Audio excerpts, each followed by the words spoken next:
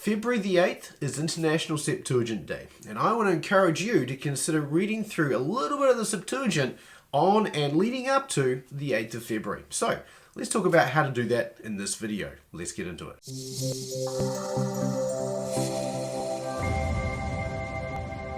So February the 8th is International Septuagint Day. Now you might be thinking, what, we need another day for another random thing to pin to the year that we can have? Well, to be fair, International Septuagint Day is pretty old.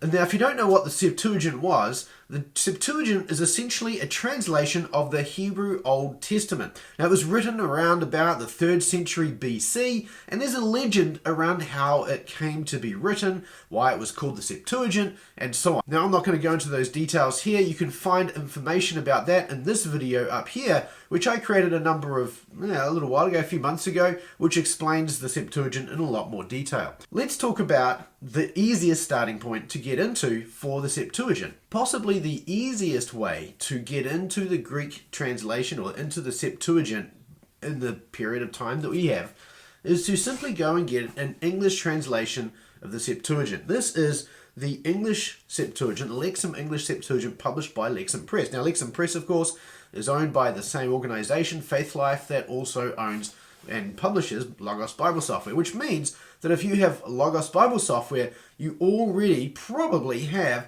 the Lexham English Septuagint on your computer ready to go right now, or even on your phone or iPad if you own Logos on there as well. So this is probably the most accessible way for anybody to get into it. And you don't have to be a scholar, you don't have to know Greek, this is in English. In that sense, this is a little bit meta in one sense, because of course the Old Testament was written in Hebrew and there are 10 chapters of Aramaic, and then they were translated into Greek.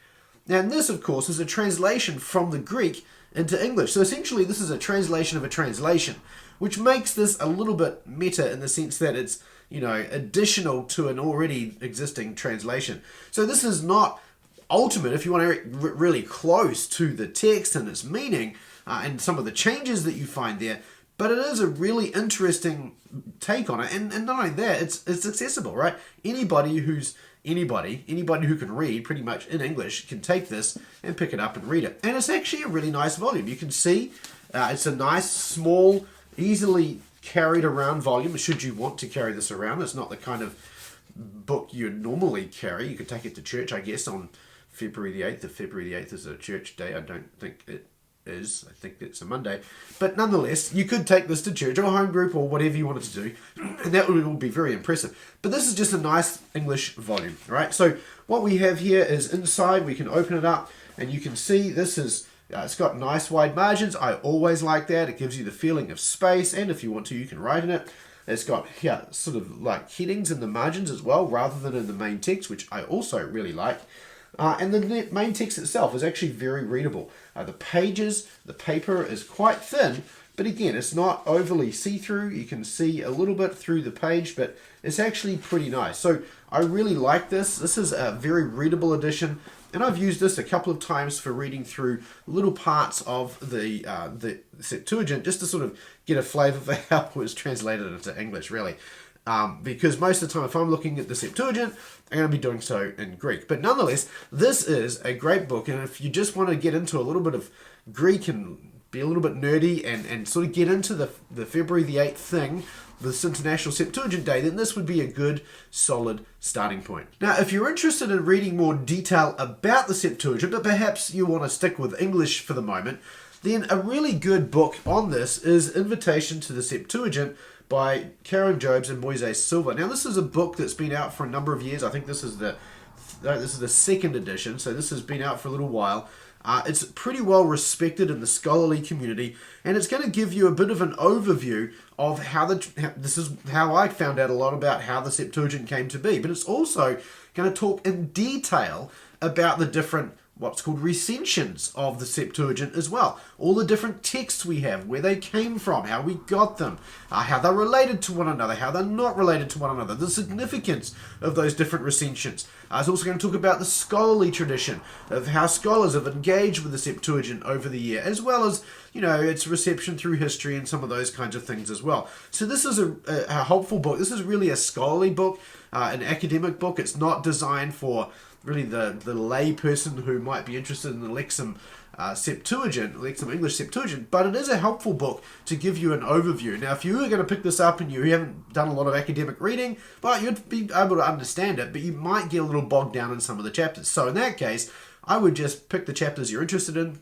go through those, skim the rest, and you'll find you'll learn a lot about the Septuagint that you didn't otherwise know. But this is a really helpful introduction. You can get it, I believe, but not only on Logos, but also on Kindle as well, and of course in physical copy as well. So that's Invitation to the Septuagint by Karen Jobes and Boise Silva, and it's well worthwhile. We read this last year inside Master New Testament Greek, and it was sort of hard going, but we got through it and we learned a lot as we went through it. Now, if you have been learning a little bit of Greek, there's no reason why you can't get directly into the Greek of the Septuagint for yourself. And that's what I want to encourage you to consider doing as well. I mean, when else are you going to do that if not on International Septuagint Day, right? Now, the Septuagint has actually got some of it's a little bit more difficult Greek, and some of it's quite easy Greek. The best way to do this, of course, though, is to get a hold of a reader's edition. This is the Septuaginta, or Septuaginta, depending on how you want to pronounce it. There is some discussion about how you do pronounce it, but nonetheless, this is the Septuaginta, and this is a reader's edition. This has been published for a couple of years now, and it's become really the go-to reader's edition for the Septuagint. Now, it comes, unfortunately, in 2 volumes. So this is really, I mean, apart from the language issue, this is, you know, it's kind of like you in a movie, you know, where you got those massive magician's books and you're having to open them up and work your way through those books like it's some giant tome, right? And here's all my... It feels like that. These are huge volumes, which means that you're not probably going to take these to church and read from them. Fortunately, you don't necessarily have to, and we'll talk about that again in a moment. So as a reader's edition, you can see that inside you have the Greek at the top here, and then at the bottom, being a reader's edition, you have the vocabulary at the bottom of the page. And the vocabulary that's included here is the words that occur in the Septuagint less than 100 times, and the words that don't occur in the New Testament more than 30 times. So Septuagint 100 times, New Testament 30 times. So you need to have a working vocabulary of the New Testament of around about, 500-ish words thereabouts to be able to read through this, which is really a first or maybe second year. So if you've gone through something like Dana Harris or Rodney Decker, that's probably all you need in terms of vocabulary, roughly about where those 2 would leave you. Now this is also very nicely laid out. Of course, as I mentioned, the paper's really nice. You can see through it, or you can't see through it rather. And it's nicely broken up too. So this is a really nice volume, and you've got a couple of ribbons on each of these, which means that you can read from a couple of different spots as you go through. But this is the kind of volume that you're likely to leave at home and read it there, and that's fine. I would be encouraging you to read the Septuagint at home anyway. So, International Septuagint Day, consider taking Septuaginta for a ride, for a drive, for a spin, or just read it is what I'm trying to say here. So do that, and if you've got a little bit of Greek, it's well worthwhile. You want to probably start with an easier text. The book of Genesis is great in that sense. You can get through the first 3 chapters of Genesis pretty much in no time at all, because the words, it's not a particularly long vocabulary list for those sections, and many of the words you're already seeing in the New Testament anyway. So that's the Septuaginta. So your options are, if you've got a little bit of Greek behind you, this is a good place to start. Now, if you're saying to yourself, well, I'd rather have something, I want that pure experience, a little bit like the UBS or the Nestle Alan, something like that, well, we can do that too. This is a copy from the German Bible Society of the Rahlfs Hanhart Septuaginta. This is a great edition as well. It's much smaller, as you can see. This is the kind of volume you might actually take with you to church. And, of course, if you are feeling a little more daring, you could actually take this, grab your UBS 5th edition or whatever, bind them together like that, get a leather cover put on them, and hey, look at that. You've got a Greek and Hebrew, a Greek Old and New Testament Bible that you can actually use and take with you. Now, I haven't done that. People are starting to do this, but I'm not sure this is the volume you want to do that with. But anyway, you can do that if you wanted to. Now, inside, the paper in this is very similar to what you get in the UBS. It's kind of thin. It's kind of see-through. It's probably a little better than the UBS 5.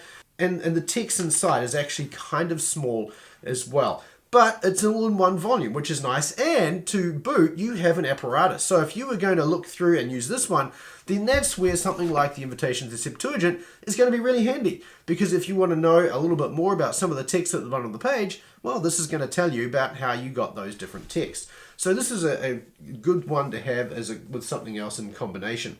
Again, it's nicely laid out. You've got even some of these places where you've got different text traditions. You can actually see them laid out next to one another, and you can read them in parallel, along with you've still got your notes, your apparatus to help you out with those as well. So this is a great addition. It's very portable, as you can see, probably the most portable of all of these so far.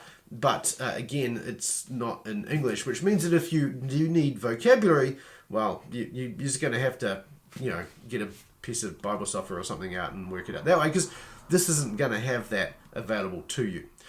One last thing I want to talk about, and that is that you can also get, of course, the Septuagint on Logos Bible software and inside of Accordance Bible software as well. And that would be another great way to spend a little bit of time on International Septuagint Day working through a bit of Greek too. Now in Logos Bible software, I use the Logos LXX, which is based on the Rahlfs Hanhart edition, and it has all of the morphology in it as well, which means that you can use the crutches of the text if you want to, although you can turn that off. Of course, you know how to turn that off in Logos, don't you? So that would be a good thing to do. So anyway, if you wanted to, you can also just use your Bible software to spend a little bit of time in the Greek Old Testament on International Septuagint Day or in the week leading up to it as well. And that's what I want to encourage you to do. So there are some options for you for International Septuagint Day. You can start with English with the Lexham English Septuagint. You could read a little bit about the Septuagint with invitation to the Septuagint. You could grab your Reader's Edition and take a bit of time to read through maybe the first 3 chapters of Genesis. You could take the Rahlfs Hanhart edition like this and actually spend a bit of time feeling pretty cool because you can carry it around with you. Or you could actually just look at it on Logos Bible software. And I want to ask you to consider reading the Septuagint at some point during this week to celebrate with me International Septuagint Day. And if you're going to do this, I would encourage you to let me know in the comments what you're going to read, which one of these you're going to read from, and I'd look forward to hearing from you there as well. Now, there are also online options of how you can get a hold of some of these texts online for free. I haven't gone into those in this video. That's not really been my focus. I really want you to own a Septuagint, and that's one of the things I'm really focusing on. So, tell me in the comments section below which one of these are you going to read this week and what text are you going to read in there, and I look forward to hearing from you there. I want to say thanks to Lexham for sending me the Lexham English Septuagint. It's a real blessing and it's really helpful for this video. I want to say thank you to you for watching this video, and if you like this video and you want to support this channel, well, there's a couple of ways you can do that. You can hit the like button. That's easy. I like that. You like that. You like this video, hit the like button. That's a great thing to do. You can also subscribe to the channel, and if you want to, you can join the channel membership. For the price of a cup of coffee, you can support this channel and help me as I buy books and products like this to be able to make sure that, well, I can buy them. Things like that, so I can share them with you. So thanks so much for watching. Keep taking small, consistent steps toward mastery, and I'll see you in the next video. We'll see you then.